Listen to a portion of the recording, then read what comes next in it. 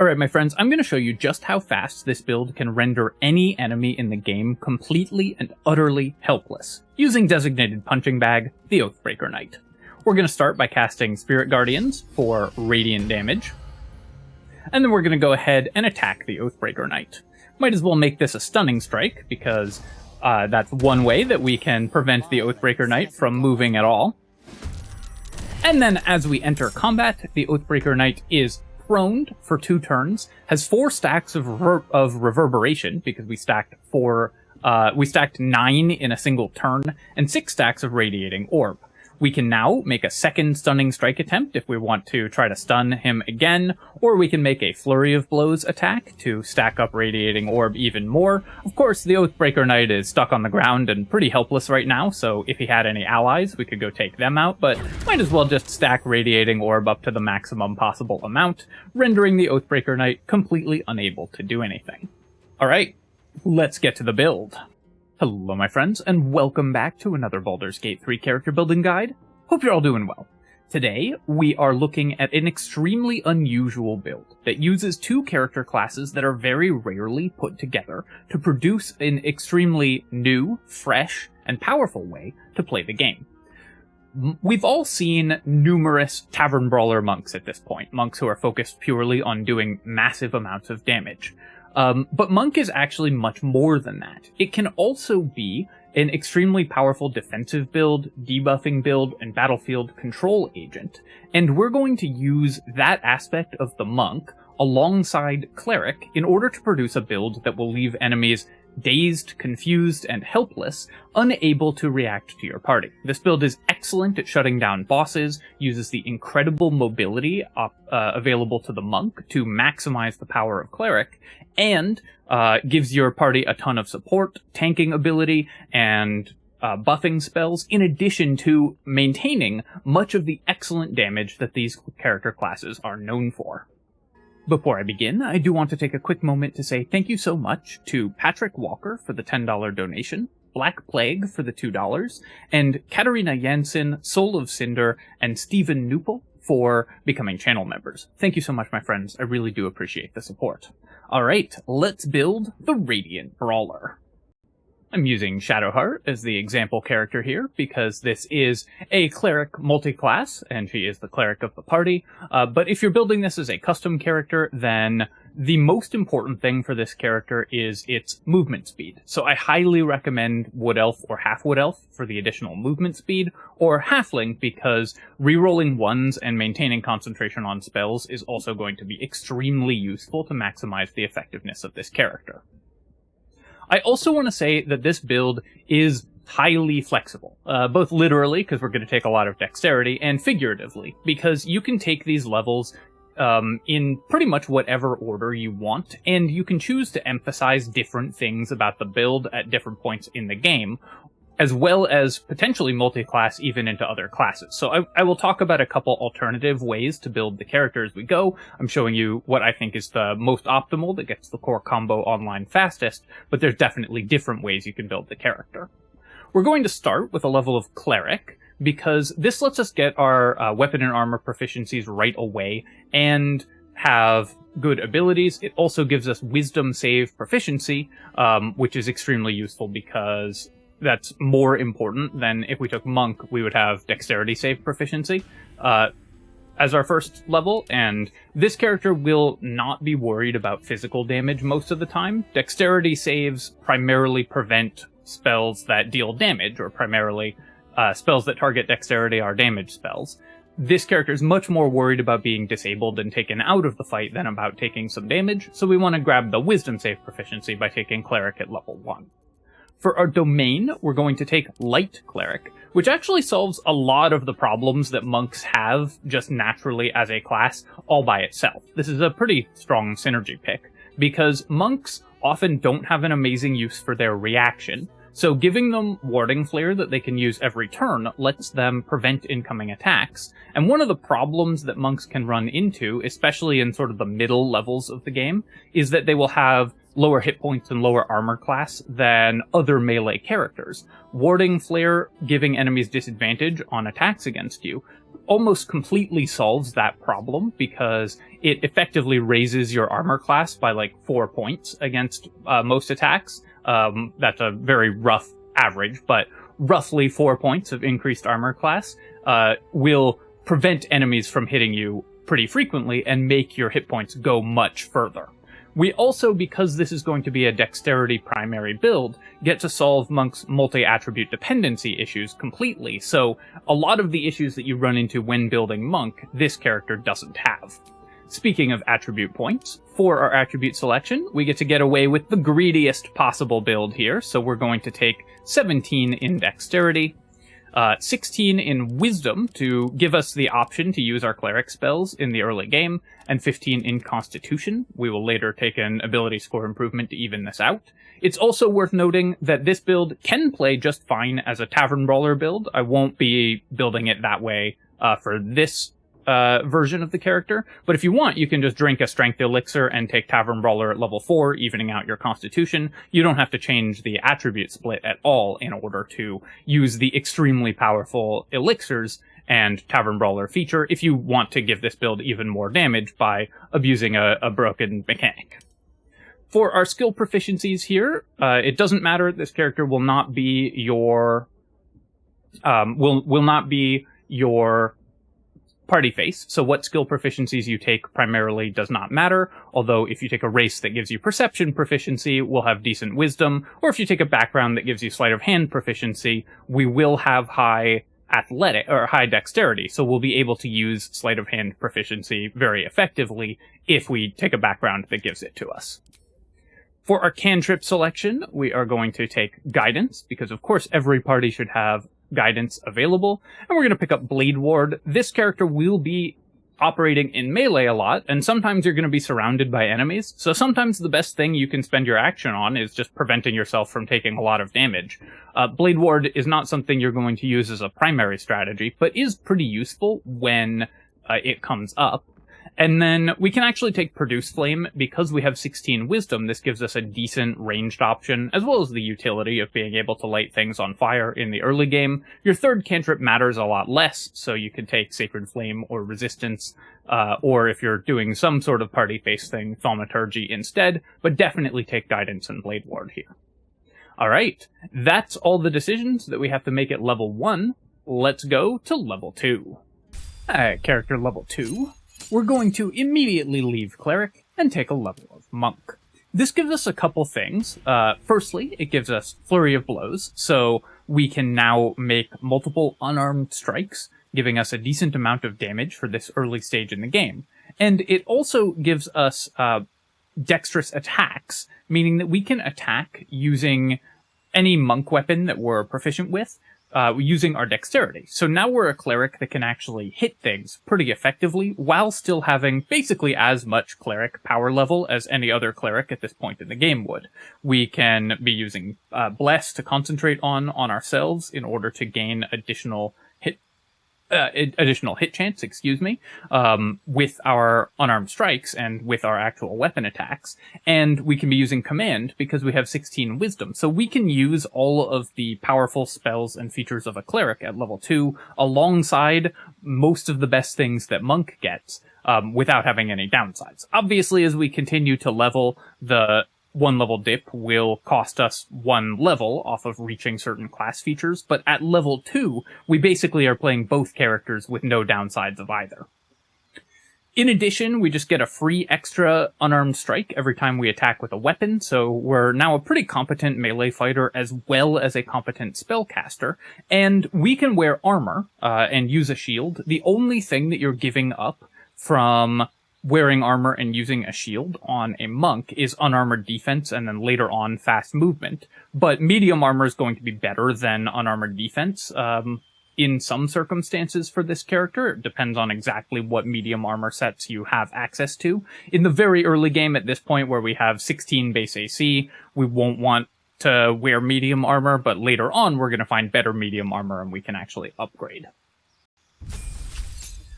At character level 3, we are going to take our second level of Monk. gaining additional key points and unarmored movement, although at this point in the game it's likely that you have access to one of the 15 AC medium armors, which means that in combination with a shield you'll have higher armor class in armor than you will unarmored. So you're going to have to decide whether you want the fast movement or the additional armor class at this point in the game. You also get all of your additional monk bonus actions, most notably Step of the Wind Dash, because this will allow you to double your movement speed as a bonus action and jump without spending a bonus action. Any items that increase your jump distance, or any spells or effects like Enhanced Leap that increase your jump distance, are therefore incredibly valuable for this character.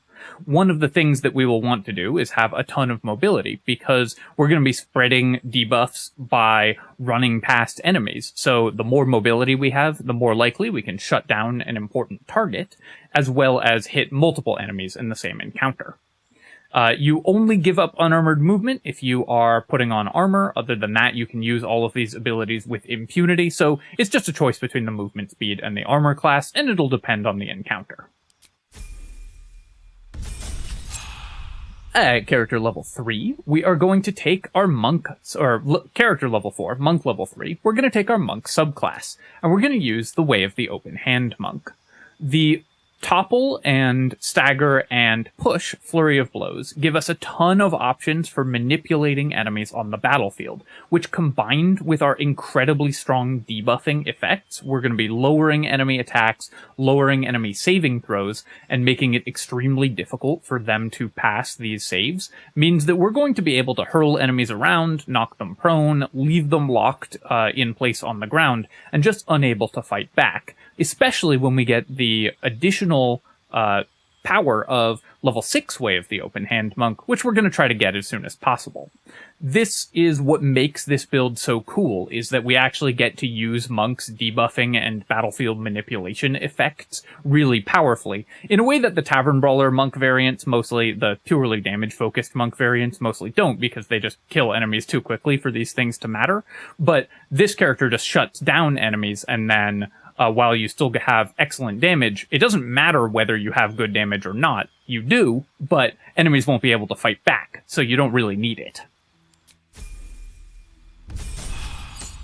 At monk level 4, we get our first feat here, and that is going to be an ability improvement to even out our attributes. Now, like I mentioned, if you want to build this character to be an elixir user, you can take Tavern Brawler at this level. Just take Tavern Brawler and put the extra point into Constitution, use Ethel's Hair to even out your Dexterity or Wisdom to 18, and you will get all of the benefits of the Tavern Brawler monk variants as well, powering up your character massively, because Strength Elixirs and Tavern Brawler are of course broken effects in this game, but this character is actually more than powerful enough to not need to abuse those, and gets to do all kinds of cool things that you won't normally see monks doing.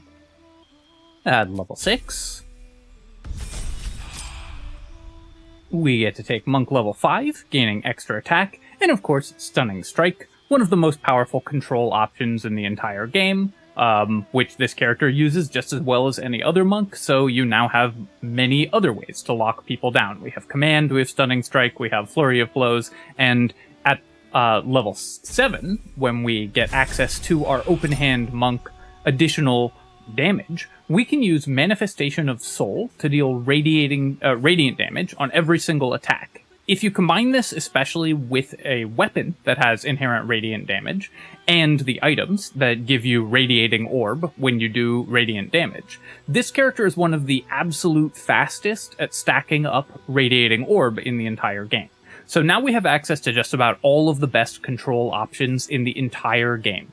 Radiating Orb to reduce enemy attacks, Reverberation and Flurry of Blows Topple to knock them prone, Stunning Strike to stun them, so enemies will be just completely helpless because you are applying so many debuffs, and so many of them are so crippling to these enemies that you'll be able to just shut them down completely. We also, because we have Command, can use Arcane Acuity pretty effectively, even with only one level of Cleric.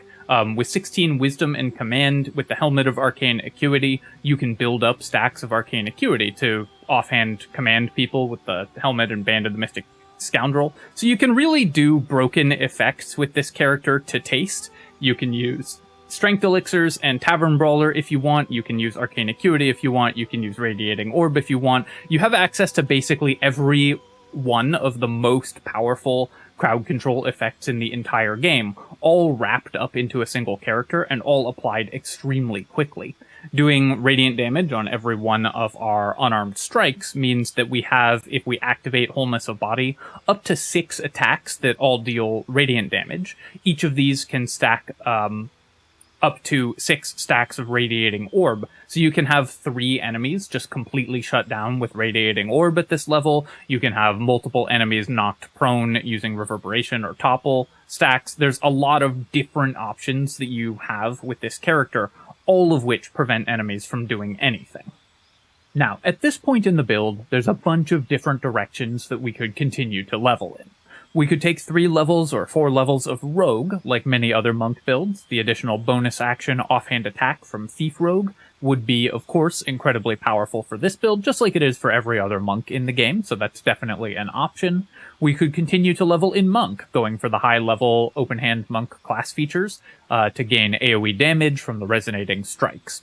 The one that I think is the most fun, though, so what I'm going to showcase in this build, is to actually continue to level in Cleric. So we're going to take our next level here, and we're going to put our additional levels in Cleric, giving us even more AoE radiant damage from Radiance of the Dawn from Light Cleric. Of course, we can quickly set our prepared spells as well, so we'll have had these throughout the entire game, but just to show those off, we'll have Healing Word, Bless, Command, Sanctuary, so these are just some great utility options for pretty much any character, and then you can use Guiding Bolt for additional ranged damage if that's something that you think your character is missing. Shield of Faith, actually not terrible for this character through the early game, because it will be fairly easy for you to maintain concentration on spells, and additional armor class can be very useful for this character. When enemies are taking huge penalties because you're hitting them with Radiating Orbs all the time, having +2 armor class means they're even less likely to hit you, and often enemies will only be able to hit you on critical hits.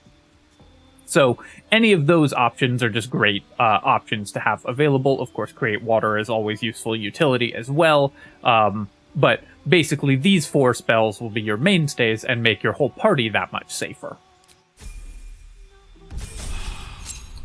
At Cleric level 3, we get access to 2nd level spells, and if you're going for the Arcane Acuity route, this gives you yet another super powerful option in Hold Person, because now you can use Arcane Acuity to stack up save DC and activate Hold Person on an enemy. It's important to note that Arcane Acuity only works off weapon attacks, so it won't work off your flurry of attacks, but you still make multiple weapon attacks in a round, so you're good at stacking it if you have the helmet. You can also just use Aid to increase your maximum HP, just giving you a little more survivability compared to a standard monk, or use a spiritual weapon to distract enemies before you, if there are enemies that you can't reach in a single turn, maybe it's an encounter with lots of spread out enemies, you can lock down half of them with your incredibly powerful debuffs, damage, and whatever from your character, and then distract the remainder with a spiritual weapon. All excellent options for this character as well. At Cleric level 4, we get another feat, so we're going to take an ability improvement and max out our dexterity. You can, if you are boosting your dexterity elsewhere, take Alert. Alert, of course, is always excellent. You can take Warcaster, definitely a reasonable option for this character, because you will be concentrating on spells most of the time, so Warcaster can help you maintain concentration on those spells. You can also take Sentinel. We do have weapon attacks, so Sentinel can let us lock down enemies in melee range with us, which is very useful. Or Mage Slayer, for a very similar reason. This character will often want to be on top of squishy ranged enemies, so Sentinel or Mage Slayer can give you a ton of opportunity to lock down those enemies and prevent them from ever doing anything. For most versions of this character, just maxing out our dexterity is good. This character is fairly greedy for items. They are items that mostly won't overlap with other characters in the party, but being able to just max out our attributes at least, so we're not also stealing attribute items from our party members, in addition to the just high-tier items that this character wants, is very helpful as well. For our cantrip selection here, it doesn't really matter. You can just pick anything at this point. We can take resistance. There are some encounters with scripted saving throws in the late game, so resistance is useful for some of those, though you've passed the point in the game where you're making the most critical resistance check, or most critical dialogue-based saving throws. But then, this is what we're really here for when we're leveling up additionally in Cleric, which is to hit Cleric level 5, and get Spirit Guardians, because we're a monk. We can zip around the battlefield, jump all over the place with Step of the Wind dash, and we're Radiating Orb build, so we can stack massive amounts of Radiating Orb by running all over the battlefield. It's exactly the same principle as the Thief Rogue Cleric multiclasses, such as my Shadowheart lore-friendly build, where you can use the bonus movement speed granted by the bonus action dashes to apply Spirit Guardians to every enemy. This is more of a secondary strategy for this build, because you don't get it until late, and obviously it's only a 3rd level Spirit Guardians, but 3rd level Spirit Guardians is still really, really good at stacking orbs on everything in an encounter, and can absolutely just shut down encounters all by itself. So definitely pick that one up. And then for our other spells, here you can take something like Glyph of Warding. This can be used to take out a whole group of enemies. Again, our save DCs aren't bad, especially if we have some save DC gear or we're using Arcane Acuity, but just putting enemies on an ice surface with Glyph of Warding can be a pretty reasonable thing, or you can take a utility spell at this level. The main thing is that Spirit Guardians lets you stack all of the debuffs that we're applying even faster. Finally, at character level 12, we get to take our 6th level of Cleric and pick up Improved Warding Flare, letting us, in addition to shutting down every enemy in the encounter, protect any allies who might happen to take some heat. There are some very late game encounters that are quite spread out, so Improved Warding Flare gives us a reaction no matter what's happening. In the encounter, we will always be able to protect our allies, even if we've run off to deal with other enemies sort of on the other side of the battlefield. Improved Warding Flare just means that this character will have an excellent use for its reaction every single turn of combat, no matter what, so it's just an awesome class feature to be able to pick up, and also just makes this character's party wildly more resilient to enemy effects, because you are reducing enemy attacks with Radiating Orb, locking them down with all of your incredible amounts of crowd control, and then any that do happen to attack at a -10 penalty are going to be doing so at disadvantage, so they're probably going to miss. Alright, my friends, that is the build, but of course we need to talk about items, because this is a build that wants some pretty specific items, and we can power it up significantly by selecting the right ones. For items for this character, we get to use pretty much any combination of all of the most broken item effects in the game. We get access to Radiating Orb and Reverberation, which when stacked just completely shut down enemies. We get access to Arcane Acuity and the Band of the Mystic Scoundrel, which when used basically shut down all enemies. So the point of our itemization is to lock down enemies and prevent them from moving.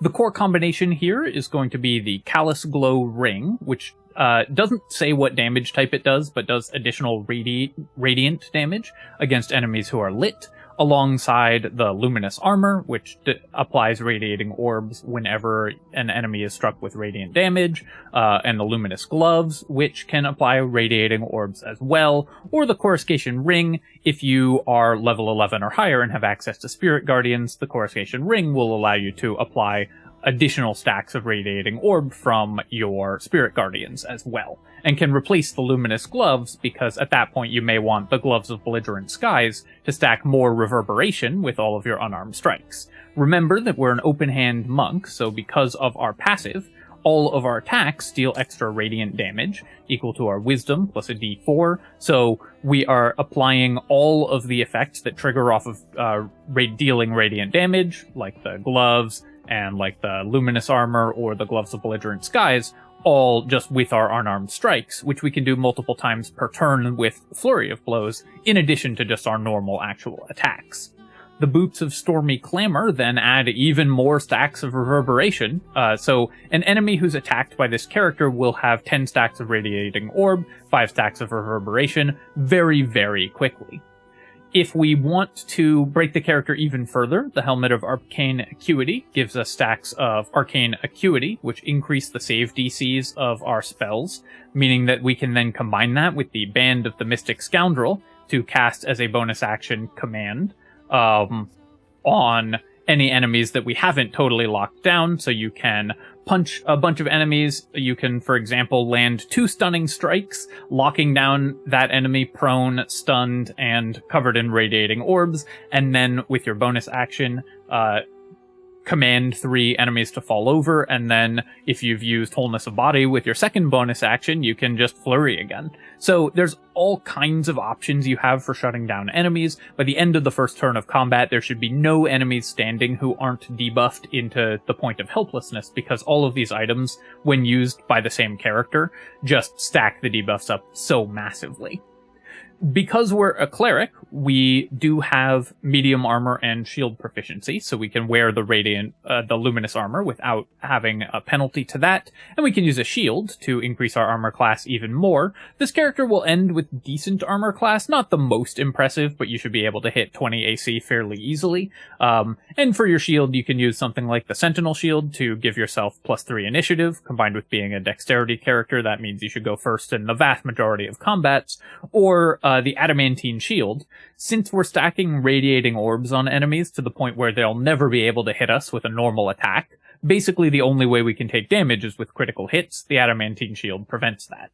In general, I prefer the initiative, but this character will be competing for the Sentinel Shield, which is the best shield in the game, with a lot of other characters. For our weapon, ideally we want something that deals radiant damage on a hit, and because we are a monk and a cleric, we have mace proficiency, and it counts as a monk weapon, so we can attack with it using our dexterity. So we can use the Devotee's Mace, for example, to give us some additional healing, as well as radiant damage on our attacks to continue to stack our debuffs even higher. This character's damage output is pretty excellent, regardless, just because we're doing a lot of rider effects on all of our damage, but we're also debuffing enemies to the point where they can't do anything. Of course, if you're going the Tavern Brawler route, then you can use Elixirs of Hill Giant Strength to buff your unarmed damage and hit chance up even further. It's not necessary, but it's, when we're going for broke on broken items, might as well go all the way. Finally, an early game item I want to mention. This character wants bonus movement speed, and especially if you're not using the Helmet of Arcane Acuity, the Haste Helm actually just gives you quite a lot of movement speed, so you can get from enemy to enemy to apply your debuffs much faster. And that kind of makes up for the fact that as an armored monk, you are not gaining your monk unarmored movement speed bonus. You can also build this character just as a normal monk with the Boots of Uninhibited Kushigo and the Soul Rejuvenation Vest, just an unarmored character applying the debuffs in addition to that. I like having the armored options because the luminous armor is so powerful for us, but that's definitely another option if you just want more mobility. Alright, my friends, I hope that you have enjoyed this look at the Radiant Brawler, and I hope it helps you lock down your enemies and subsequently lock down Honor Mode, and this is just a really fun and enjoyable way to play Monk, I think, and also feels to me more in flavor with what Monk is supposed to do, being a brawler that leaves enemies dizzy and off balance and unable to react because you're hitting them in their pressure points or stopping them from doing stuff, more than the way it's implemented in Baldur's Gate 3, where you're just sort of a freight train running into them.